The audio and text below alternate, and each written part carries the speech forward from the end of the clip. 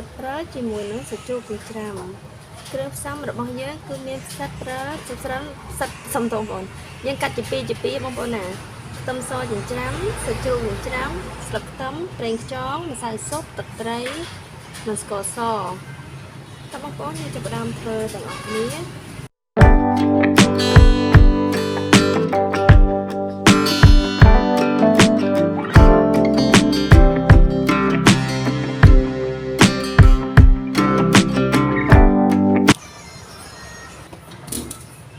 ចាបងប្អូនទាំងអស់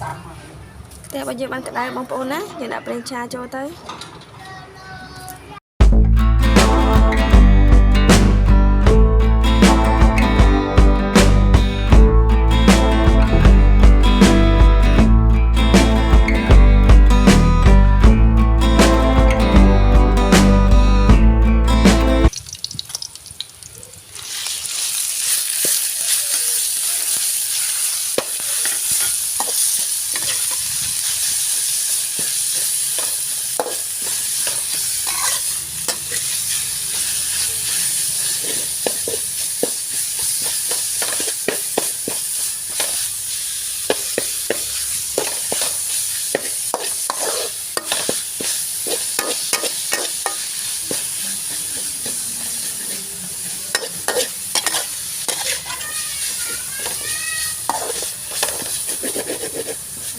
យើងដាក់គ្រឿងចូលបងប្អូន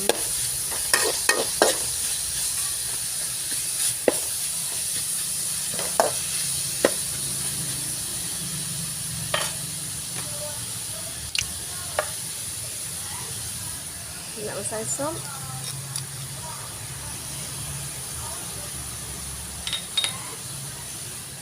ស្ករស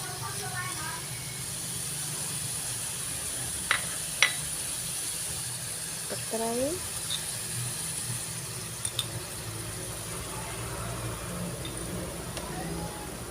ទឹកយើងដាក់ប្រេងខ្យងប៉ុណ្ណឹង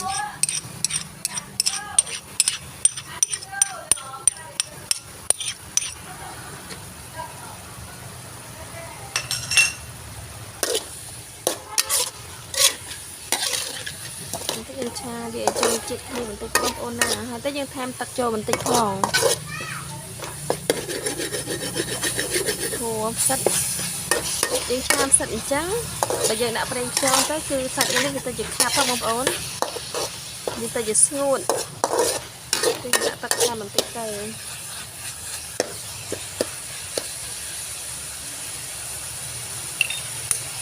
ថែមទឹកចូលបន្តិចបងប្អូនណា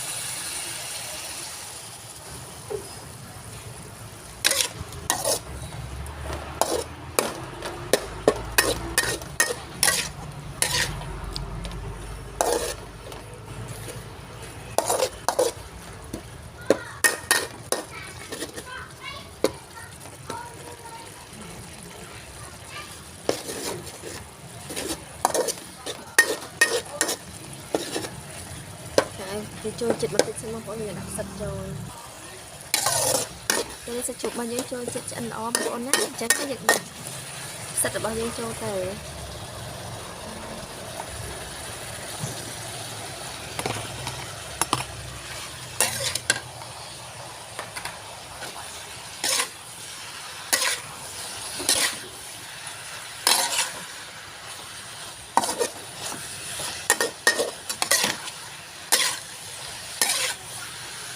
ឆាត្រឡប់មកផ្លែបានណាបងប្អូនណាហើយដាក់ទឹកខ្ទឹមទៅរួចរាល់ហើយ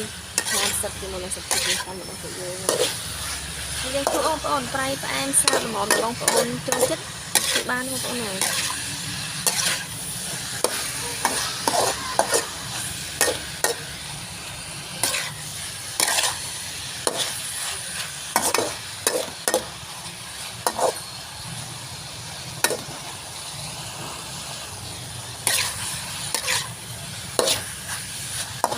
ឆាផ្សិតរបស់យើងអស់ហើយណានេះ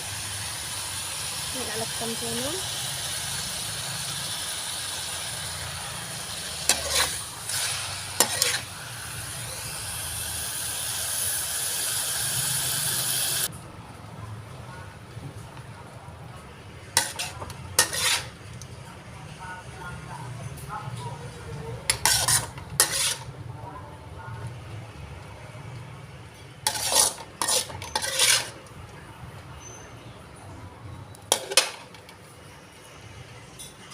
Chàoបងប្អូនទាំងអស់គ្នាពេលនេះសិតប្រើឆាជាមួយនឹងសាច់ជ្រូកចិញ្ច្រាំរបស់ពួកយើងគឺបានឆ្អិនរួចរាល់បងប្អូនណាបើសិនជាចូលចិត្តសូមជួយចុច like និង subscribe channel របស់នាងខ្ញុំមួយផងដើម្បីទទួលបានវីដេអូថ្មីៗបន្ថែមអរគុណច្រើនអាចសាកល្បងធ្វើញ៉ាំបានទាំងអស់គ្នា